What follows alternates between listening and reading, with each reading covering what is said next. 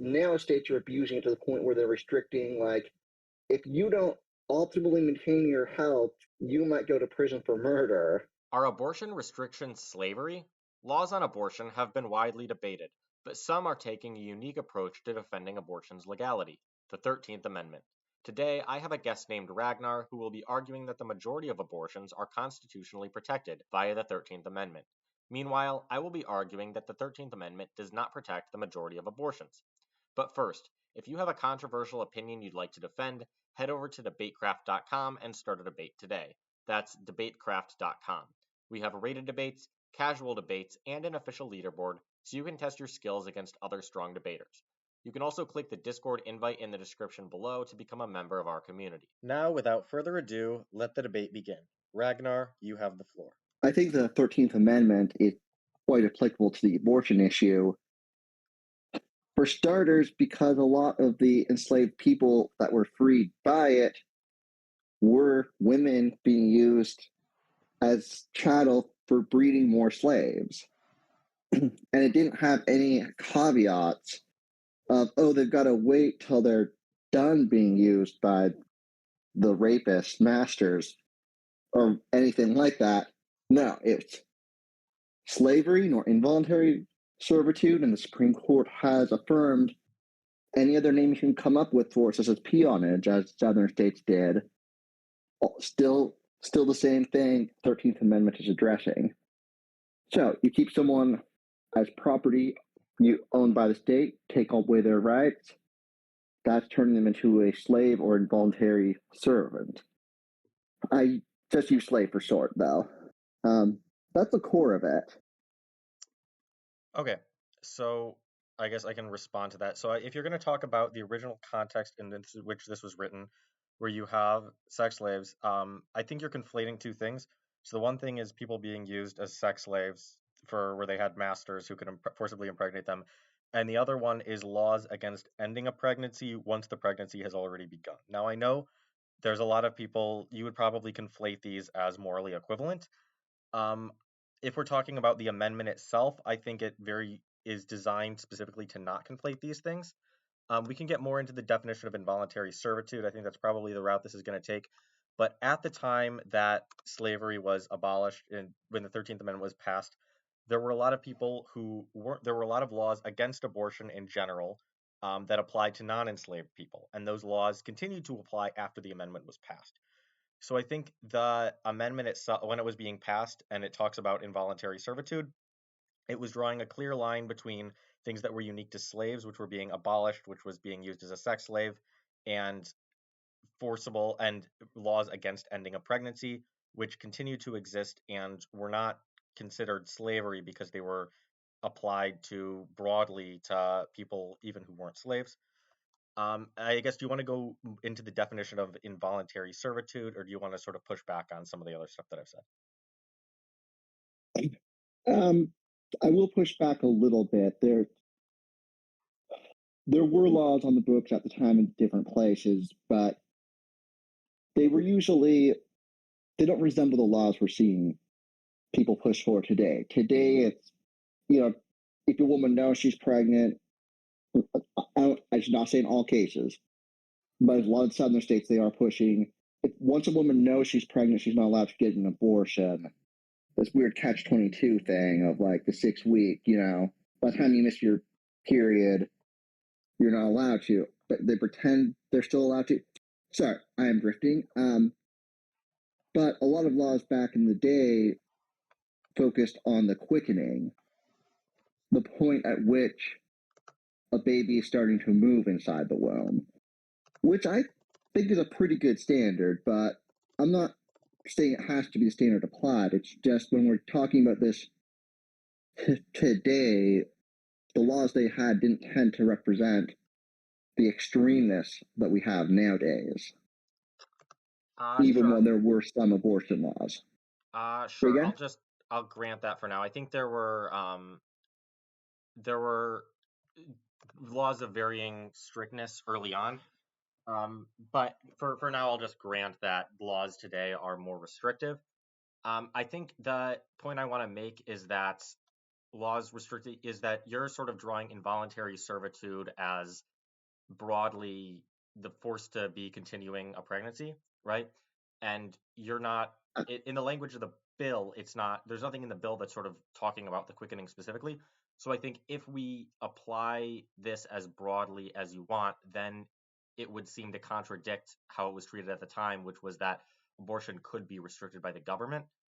I think the point I'm trying to make here is that involuntary servitude specifically referred to things that were sort of specific to slaves at the time. I think if you would ask someone to describe slavery, the things that were sort of known as involuntary servitude, it would not sort of refer to abortion laws at all. Those were seen as distinct things.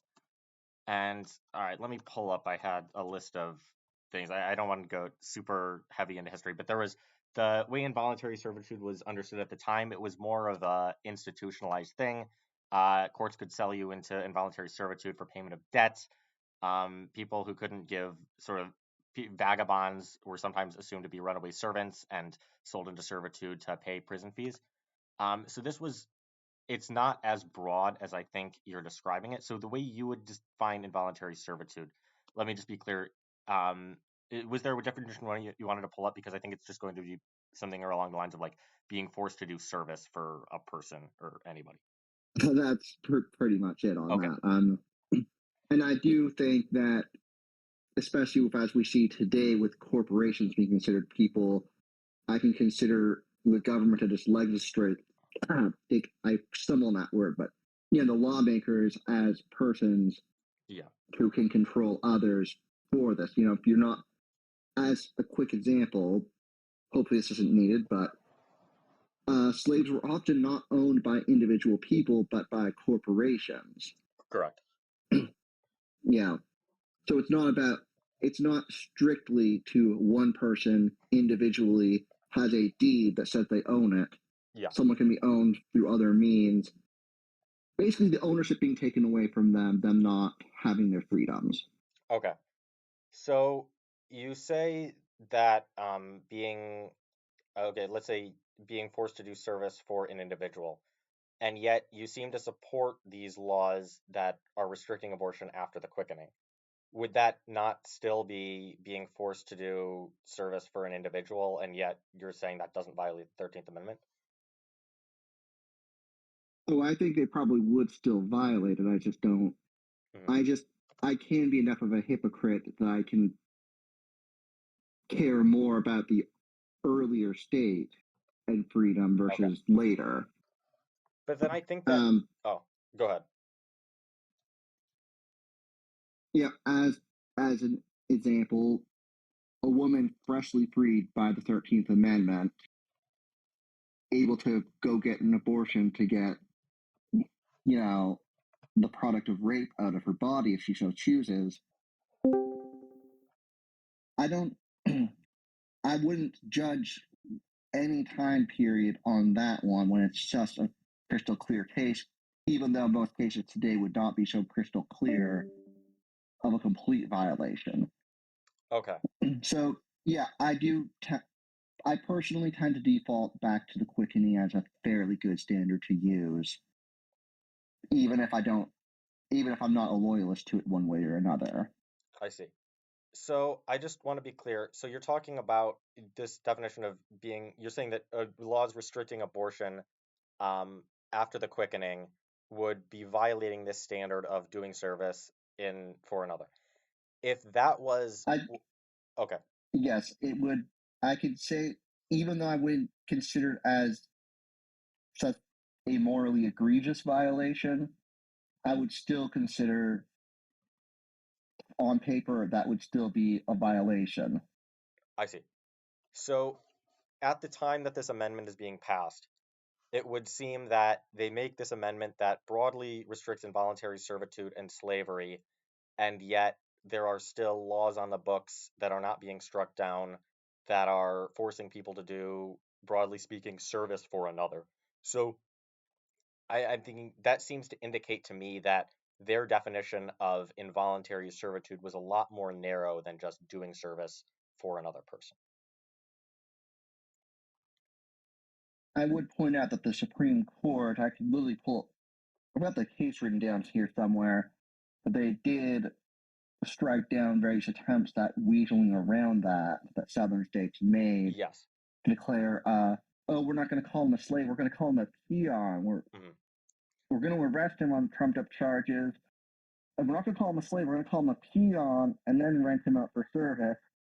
The Supreme Court affirmed that whatever you call that, that's still involuntary servitude slash slavery as far as the 13th Amendment is concerned. No, So they have, yeah. since then, since that initial draft, courts have defined that, hey, yes, it was meant to be more broad, not less.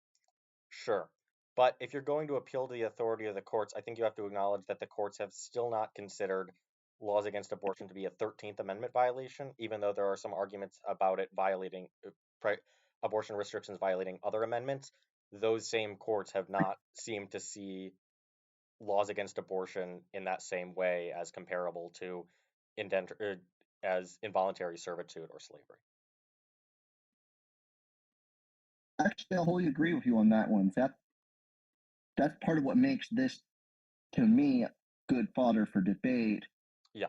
Is that it's not a crystal clear settled matter. I'm arguing this largely on a moral front and trying to find intelligent arguments as you're making against it. Okay. Sadly, most people don't realize that, hey, but the courts haven't really looked at it that way. Yeah. We tend to get,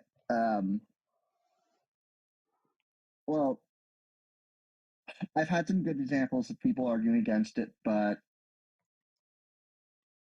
one of the more intelligent ones was literally argued that women can't be cattle because they're actually real property. Wow. Therefore, they're not slaves. Yeah. Which at That's not the least I type of give argument. credit there because it was. I'm not saying you're making Yeah, I that, know. but I'm just. Yeah. And I give credit to that one. I do because it was clever. It was witty. It's like, oh my god, no. But again, I just still give credit to it. Okay. Person didn't mean it like that. They were. I don't know. I can appreciate wit, even if it side tangents. Yeah. So let me go back to, so I think the point that's being making is I agree if you want to sort of challenge the way the courts have been ruling, I think there's room to make arguments along those lines, I think generally speaking. The point I'm making is that I think that when you have a term like involuntary servitude, especially when, it's a combination of two words that it's not phrases like these aren't always the sum of their parts, and I think they have to be understood in context. And the fact that that I think it was clearly understood at the time the amendment was written to not apply to restricting slavery indicates that the definition is a bit narrower than that. But I think rather than going back and forth on this, there's a point I wanted to get to that I think would be nice to address. Sure. I think this argument that involuntary servitude is just literally applying broadly to forcing someone to do service for another, I think it generally proves too much. So for example, I think there's typically when you have like laws against like the right to bear arms, courts have found that there are reasonable restrictions on that, or it's not applying to every sort of weapon in existence. And I think that there's similar things with involuntary servitude as well. So, for example, their courts have ruled that, for example, if you're captaining a ship and someone falls overboard, you can be forced to spend a lot of expense trying to rescue them, which would, broadly speaking, be service for another person. But I don't think we would agree that's really akin. I think we would agree that's probably not really akin to slavery. Other things like jury duty or conscription have been ruled to be constitutional and not within what involuntary servitude was referring to. So I know that's a bit of an appeal to Agreed. precedent, but I don't know. Do you agree with those rulings, or would you take the route of more the courts got it wrong and they should be broadly striking down these rulings? No, I don't think the court got it wrong on there. Now, with all those cases, there's all those examples. There's certain reasonableness to it. Yes. They're not. This person's fell overboard.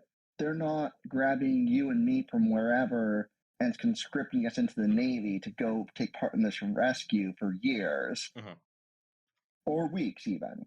It's you're captain of the ship, someone fell overboard. You've got a duty to protect the person. Yeah. Doing extra expenditures, being late on a shipment, whatever. There's cost to it, but Yeah. it's a reasonable one. Yes. Not nothing outlandish. You're not. Also, if rescuing that person would put others at harm, pretty sure you don't get. It's not a forced matter, even if people may choose to volunteer. Sure, but those laws vary by jurisdiction, and I think it's generally left up the governments in different places are generally given to authority to decide what issues make it reasonable. For example, conscription.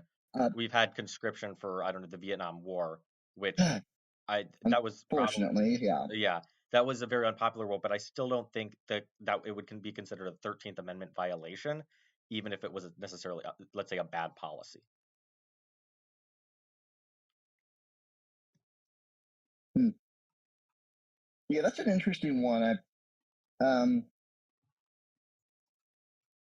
I think the rights of conscription came before and after that, so it's been in steady use at Yeah. different varying levels.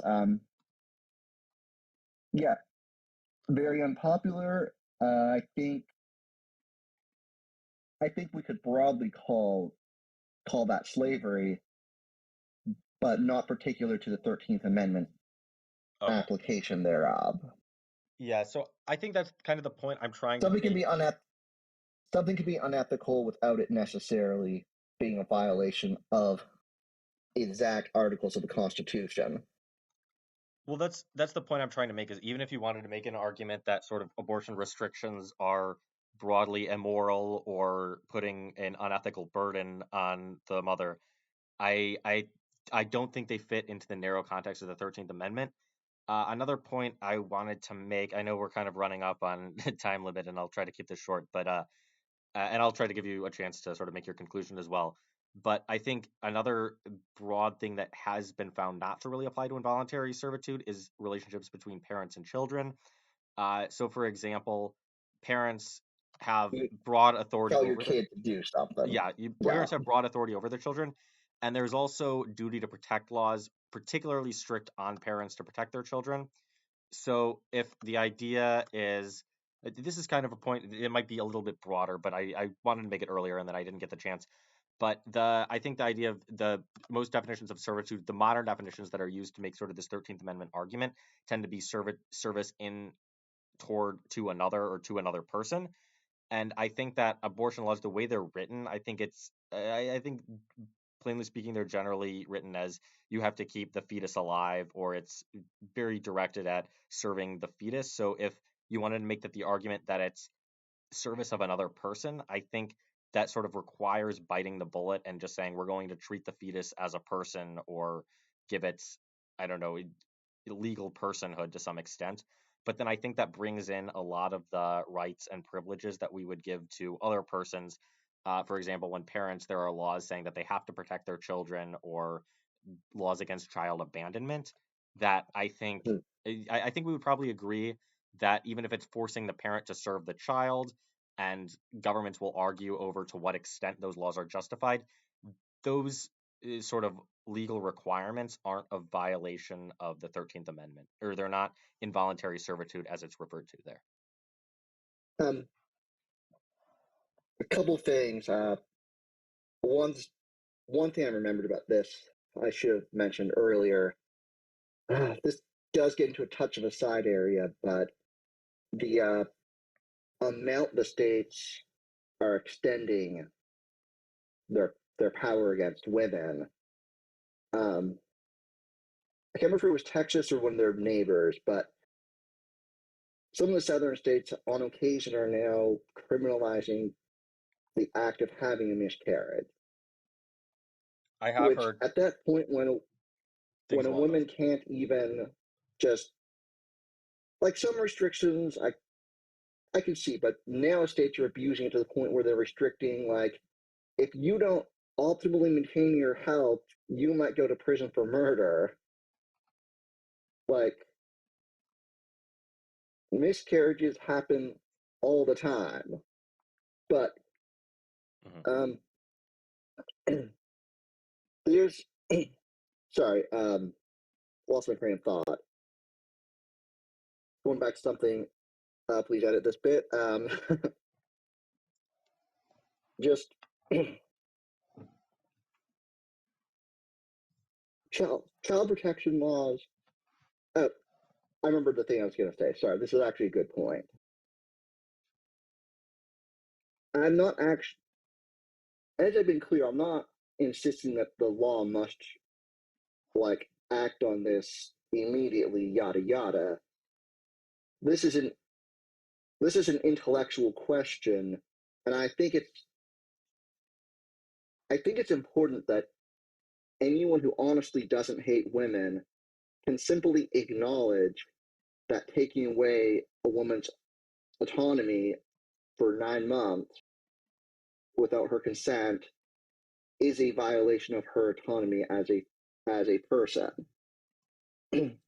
Whether it quite fits slavery or not, it's definitely a question we should at least ask. Like, hey, if you think that the life and intelligence, the life and like, all that of the fetus is more important than that, okay. But I would just like people to actually acknowledge that something is being given up by the mothers in these without their consent. No, I do acknowledge that. I think that that's, I mean, a lot of the arguments against abortion have to sort of contend with that. The whole class of bodily autonomy arguments might be sort of the most common defenses of abortion. And we can kind of get into that, I guess. But sort of wrapping up with the 13th Amendment, I think there's some good cases made for and against this. I think that I guess whether you consider it to be a 13th Amendment violation, the issue of bodily autonomy has a lot of sort of implications for this debate and for abortion debates in general. We hope you enjoyed this DebateCraft politics discussion. Please comment below letting us know who you think won and what topics you'd like to see discussed next. And if you have a controversial opinion you'd like to share, head over to DebateCraft.com and start a debate today. That's DebateCraft.com. We have rated debates, informal debates, and an official leaderboard, so you can test your skills against other strong debaters. You can also click the Discord invite in the description to become a part of our community. As always, thanks for watching.